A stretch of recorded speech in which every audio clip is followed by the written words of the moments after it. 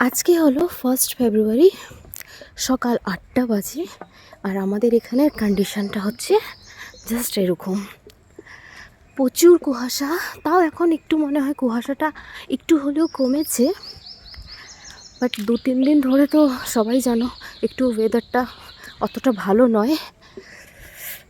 আর এখন আমি যাচ্ছি এখান থেকে, মনে হচ্ছে সিমলা পৌঁছে গেলাম আজকে। ভালোই কুয়াশা আছে, দেখো।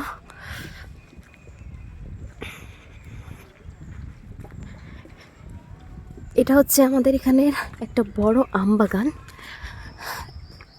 এখনও যদি অনেকগুলো গাছে বোল আসেনি, কিন্তু মনে হচ্ছে কয়েকদিনের মধ্যে চলে আসবে। ওরা তো স্প্রে করে।